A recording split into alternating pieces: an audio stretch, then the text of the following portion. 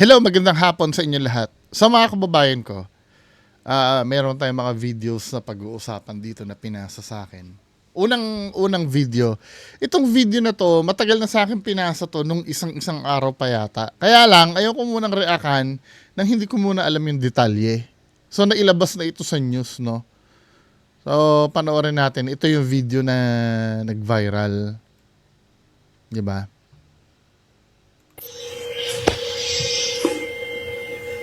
Yung pumasok sa loob ng simbahan, yung motor. Ginawang drive-thru. Yun. Siya, sundong ito babae. Iniwan siya ng babae, ano?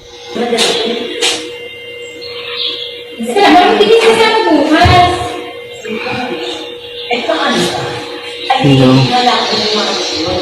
Nagdasal pa eh. Siya.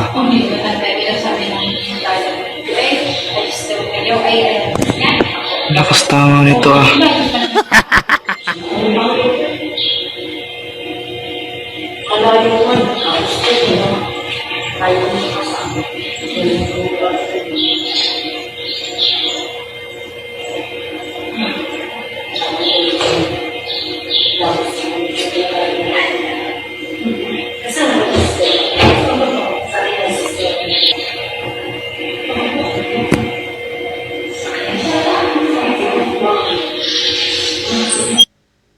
Di ko alam kung ano yung trip nun, ano.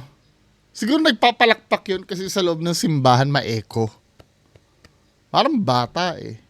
Okay lang sana kung bata yung gumawa niya, may intindihan mo yung sa out of curiosity, di ba? Tinitesting niya siguro kung ma-echo yung ano. Tingnan natin ngayon yung ano, yung balita. Ano ba yung detalye nito para malaman natin.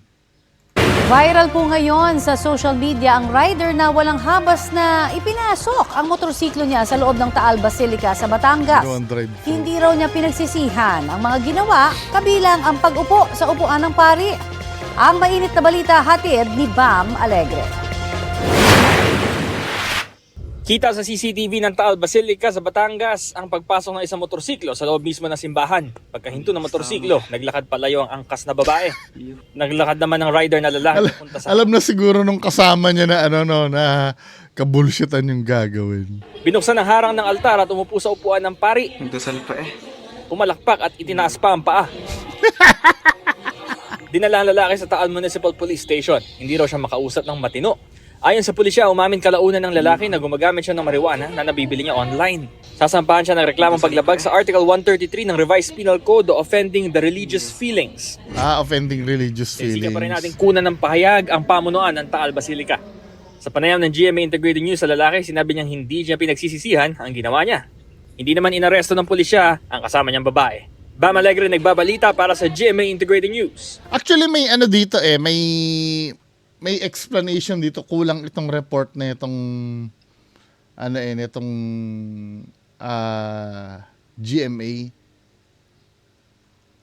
May ano dito, saan ko ba napanood yun? Gusto niya daw kasi maging success. Ito yun oh. Step by step na nakunan sa video kung paano binastos ng lalaking rider ang simbahan sa Batangas. Pinasok niya ang kanyang motorsiklo at pumwesto sa upuan ng pari.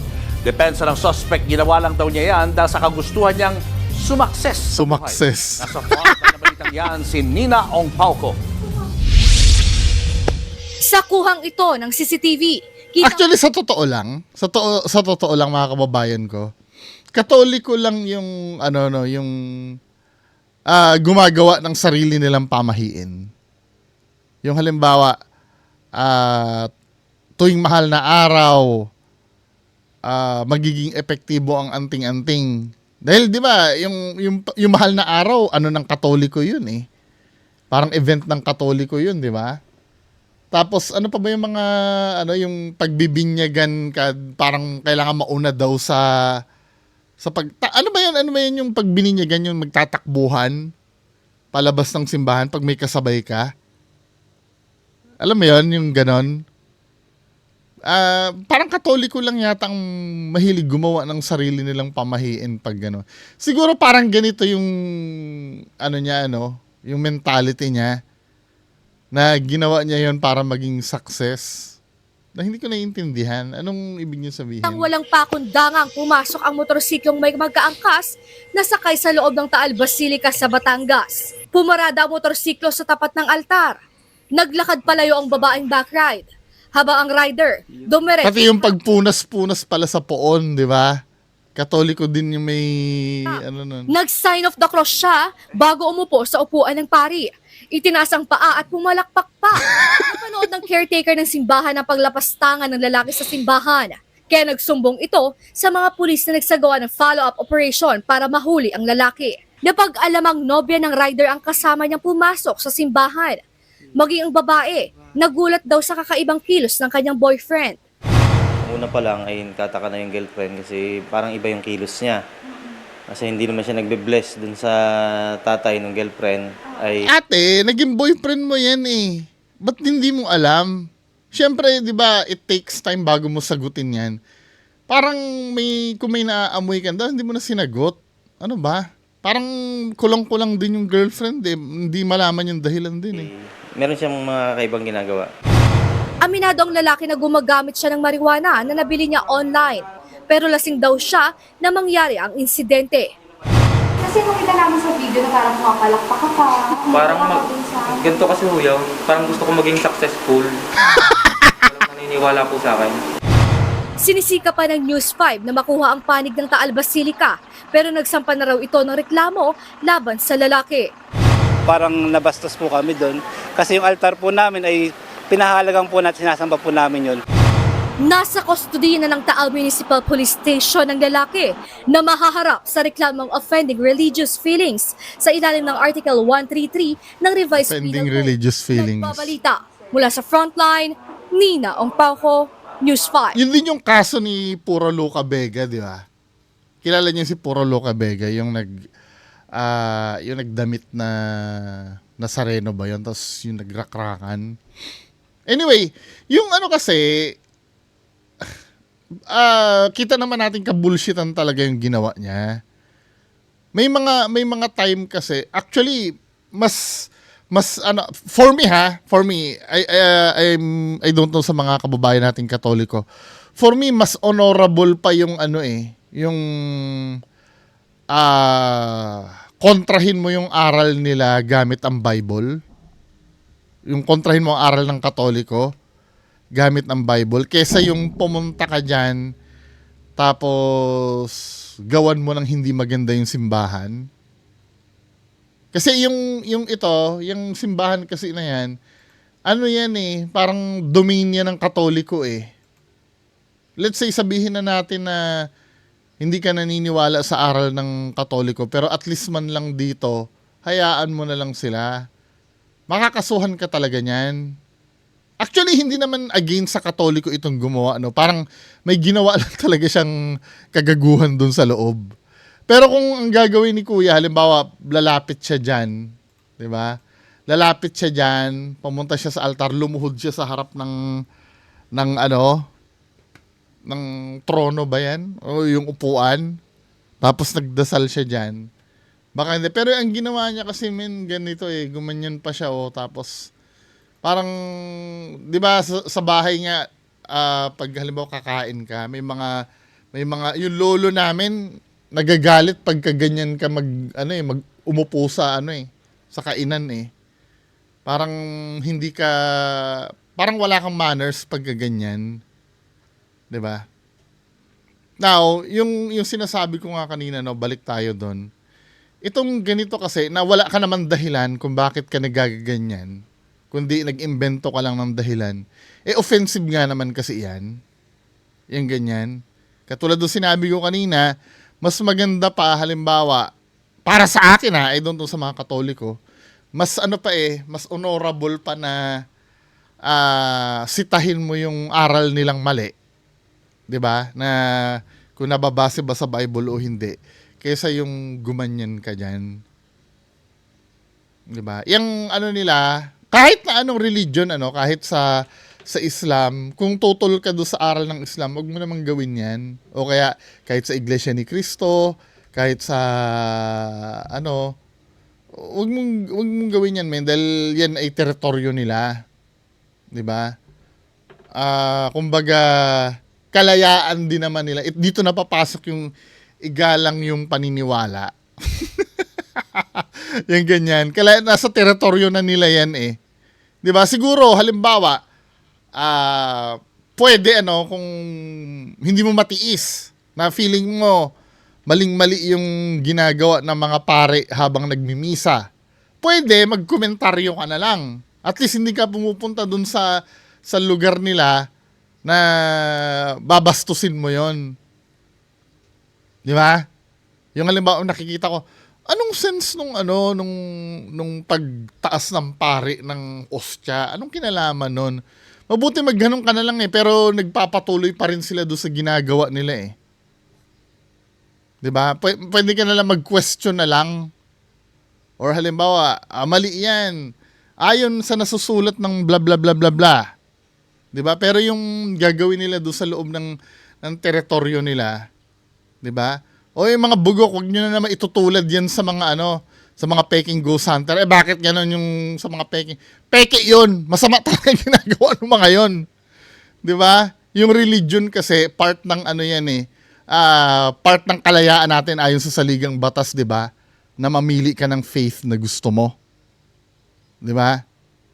Part 'yan ng yung pamemeke ng video kasi hindi naman natin kalayaan yung panluloko talaga 'yon. Swindling 'yon. Anyway, maliwanag na tayo, no? 'Di ba? May mga time kasi na pwede ka namang kumontra, hindi mo kailangan gawin 'to. 'Di ba? Or pwede sabihin mo, hindi ako naniniwala sa aral ng Katoliko, pero gagawin mo 'to. 'Di ba parang nakasuhan din ng ganyan si Carlos Celdran. Pero kung ano man yung ginawa ni Sir, pagdusahan niya, no? 'Di ba? Anyway, next video tayo. Next video. Actually, hindi video eh. Yung nangyari kay... ito muna. Pinakahuli na yung hindi video. So, ito mga kababayan ko. Ano na naman to?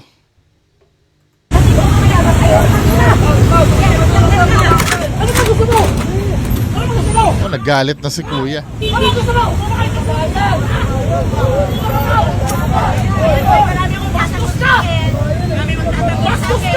Dami magtatanggol sa akin.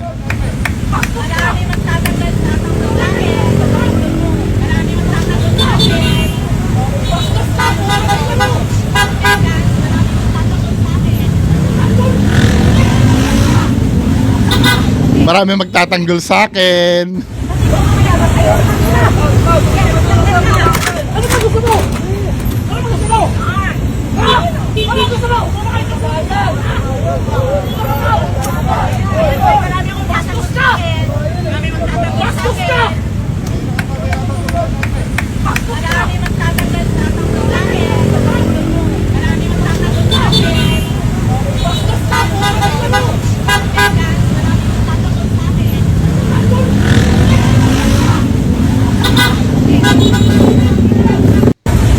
Ito kasi ang problem minsan no? Sa mga babae din.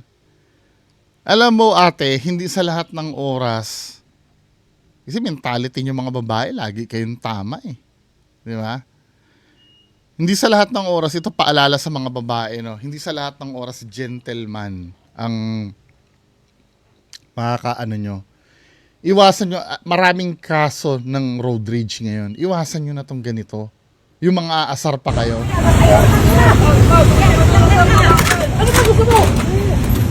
Diba? Paano kung tuluyang masira to? Hindi ko kinakampihan to ha. Hindi ko naman alam yung yung history ng pinag-awayan nyo. Hindi ko kinakampihan to si Kuya. Pero sometimes, no, ilugar natin yung pagiging mayabang natin, mga babae. Kahit pa sabihin yung may immunity kayo dahil feeling nyo kasi babae kayo, hindi kayo papatulan, kaya nyo nang sabihin kung anong gusto nyo. pag nakachamba kayo ng siraulo, babarilin na lang kayo dyan. Maniwala kayo sa akin. Hindi uubra yung lahat, iisipin nyo, gentleman lahat ang makakalaban nyo sa sa daan. Yun ba lagi ang nasa isip nyo? Papairalin nyo yung pagiging babae nyo. Tapos dito pag galit na galit sa'yo, maraming magtatanggol sa, inaasar mo palalo, men eh.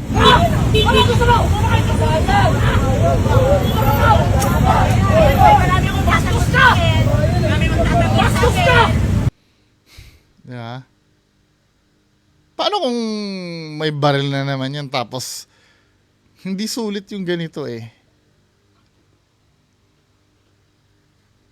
Diba? Ako, sa umpisa ng video to, nakita ko naman yung parang na to huli na itong na-videohan eh. Feeling ko nagtitimpi na lang si Kuya. Siyempre yan, hindi natin alam, pagod din itong rider eh. Pagod din yan eh. Although na hindi naman ako pabor na patulan ka dahil babae ka, pero pagod din yung mga yan eh. Hindi, kumbaga magdidilim din ang paningin yan eh.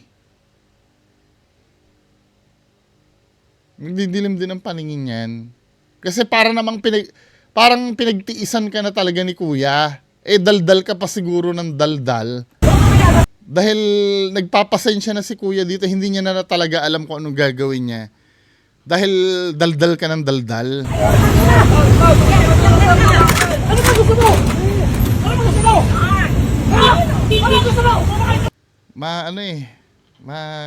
Hindi yan eh. Pasalamat ka, marami nga naman nagtanggol sa'yo. Paano kung dalawa lang kayong nandyan? Diba? Magiging kwento ka na naman. Dadagdag ka pa sa listahan ng... Minsan hindi ko naiintindihan, Hindi sa lahat ng oras gagana yung nyo. Wala na akong pakialam dito kung sino ang mali. Sino ang Let's say mali nga naman itong si Kuya na rider. Yes, bigyan na natin yun At ikaw yung tama. Kasi nga naman, nasa bike lane ka, kasi yun ang feeling kong dito eh. Nasa bike lane ka tapos bibigyan ko na ng istorya, mag-speculate na ako, ha? Mag-speculate na ako. Nasa bike lane ka tapos parang ginit-git ka nito motor. Let's say gano'n na nangyari. Tapos nagkaanohan na kayo. Tapos ikaw pa yung may apog na magdadadakdak dyan na alam mong mendihado ka eh. Pag ganyang road rage na, hindi na importante yung kung sino may kasalanan dyan. Importante dyan, paangasan na dyan. Pag nandiyan ka na sa sitwasyon na ganyan, paangasan na dyan. Payabangan na yan. At dumadating ang time na yung yabangan na yan, mauuwi yan sa bawian ng buhay. Kaya hindi wise na magmalaki ka. Ang maganda niyan, let's say naapi ka, sa payo nung Ninibriha. Nung 'di ba may nangyaring dun sa Marilake. Dun sa Boso-Boso may nangyaring road rage doon, yung nag-viral nung nakaraan. Ang payo niya, kunin na lang ang plate number at ireklamo na lang sa sa LTO daw or sa kahit sa anong authority. Isip-isip ko lang, tatanong lang, naranasan ko na yan eh. Nag-complain ka, tapos sasabihin mo, sasabihin lang sa'yo nung investigador, may nangyari ba sa'yo? Wala naman po, ginit-git lang ako. O wala naman pala nangyari sa'yo. Diba? Wala namang ibig ko sabihin, mas maganda na yon. Kesa naman na isolve mo yan ng sarili mo, mag-angas-angas ka. Diba ngayon, kung wala nangyari doon sa sumbong mo, baka God's will na talaga hayaan mo, makakahanap din ng katapat yon. Yun ang git-git sa'yo, diba? Or kesa yung ganito. Isusugal mo yung safety mo dahil alam mong babae ka lang at hindi ka papatulan. Ano ba? Feeling ko nga gentleman pa itong na hindi ka pa nasapak tinulak ka lang dahil hindi niya na talaga kayang pigilan yung asar niya sa iyo eh. 'Di ba? Paano kung addict 'yan? Saan ka pupulutin? 'Di ba? Inuulit ko hindi na importante dito kung sino may kasalanan o hindi. Pag nandito na sa sitwasyon na to, pride na ang pinag-uusapan diyan. Kaya pinaka the best niyan, pag nakita mo nang nanlilisik na yung mata at wala naman nangyari sa inyo, magpakumbaba ka na lang, move on. 'Di ba? Now, kung may sanggian na nangyari, wag na magsisihan, tumawag na lang ng enforcer para may mamagitan, 'di ba? Anyway, move on tayo. Kasi ako nanggigil din ako dito dun sa babae. 'Di ba? Parang tanga lang. Anyway, proceed tayo do sa next video. Ito kay post ni Julia na di umano daw ang post niya pagiging narcissist. I don't know kung may kinalaman ito sa tatay niya. 'Di ba? Nakalagay dito, a narcissist doesn't care about being a good parent. Mukhang sa tatay niya to, no? They just care about looking like one. The narcissist, the kids are just pawns in their war to break you. A narcissist favorite role, the victim, because it distracts from damage they caused. So parang ang inaano ni Julia Barreto na may deeper pa yun nangyari. Then ito nag-post si Ngasa, no? Actually, may mga nagko-comment din sa akin na dapat daw hindi daw kampihan si Dennis Padilla. Pero aanohan ko ng kakaunteran ko ng opinion. Sang-ayon ka sa sinabi ni Sian Gasa patungkol kay Dennis Padilla. O tingnan natin, ano ba yung sinabi ni Sian Gasa?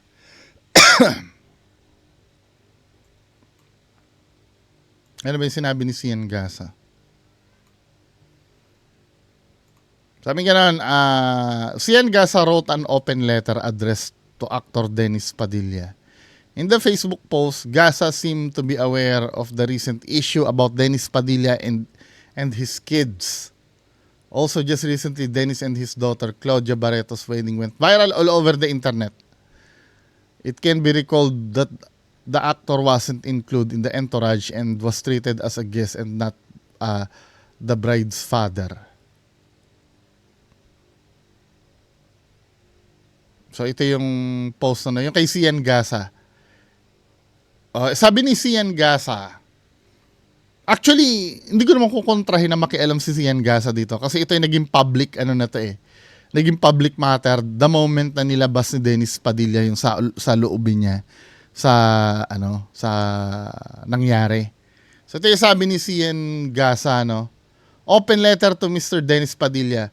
Huwag mo na pong pahirapan yung mga anak mo. Ganyan sila sa'yo kasi kasi walang kwentang ama ka noon. Yung pakikitungo ng mga anak natin ay reflection kung paano tayo sa kanila noong mga bata pa sila. Okay, sige.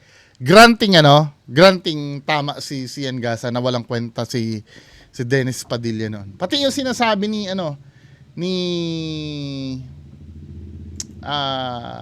Julia. Yes, I get it, no? Pag galit ka sa magulang mo, naiintindihan ko to. Pati yung mga netizen na kumontra sa akin na sinimpatsahan ko si Dennis Padilla. Pero mga men, hindi ba mas maganda sana hindi nyo nalang in-invite yung tao? Mas maganda pa yun eh. Masama palang ama yun. Ano pang dahilan bakit pati doon sa dinner bago ang kasal, di ba? Ba't nyo pa inimbitahan? Hindi ko rin nagigets yung point na yun eh. Ano yun, para gantihan yung tatay nyo na masaktan? Hindi naman maganda yun. Kasi kung dapat hindi nyo na inimbitahan from the very beginning, hindi nyo na dapat kinokontak yung tatay nyo nun. Diba?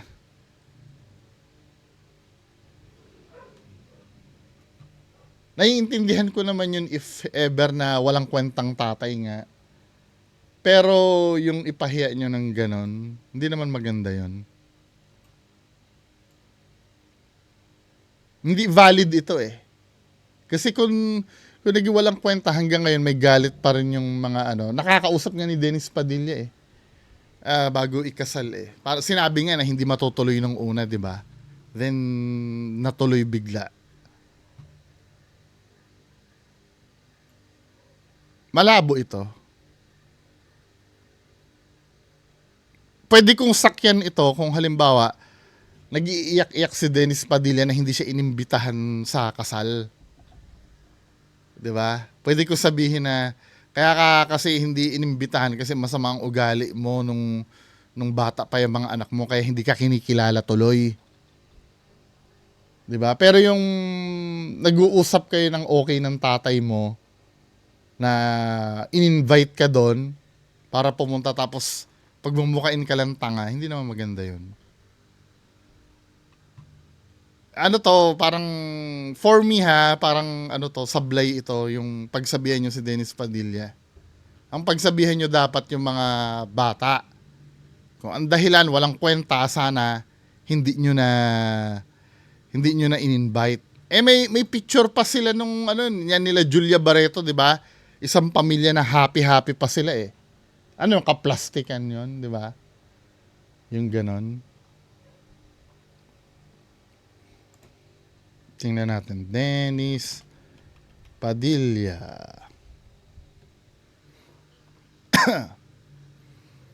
Ayan o, may picture pa sila na ganyan. So, ito, kaplastikan lang pala ito, itong mga to.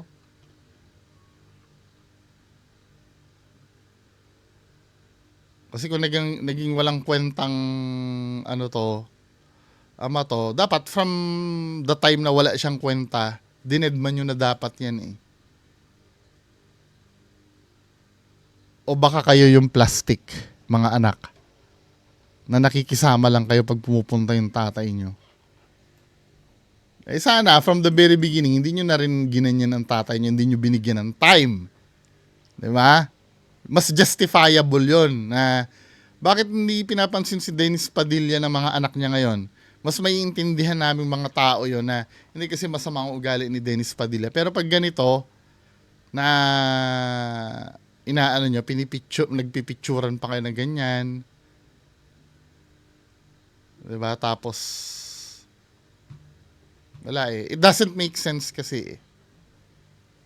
Tapos maglalabas kayo ng, lalo na to si Julia Barreto, maglalabas ng ganyan na mga post about narcissist. Para hindi sana naging biktima yung tatay mo. Inuulit ko, sana hindi nyo na lang talaga inimbitahan. Ang gulo din ng pamilyan to eh. Anyway, mga kababayan ko, so yan lang ang ating mapapag-usapan ngayong hapon. Magandang hapon po sa inyo lahat. Bye-bye.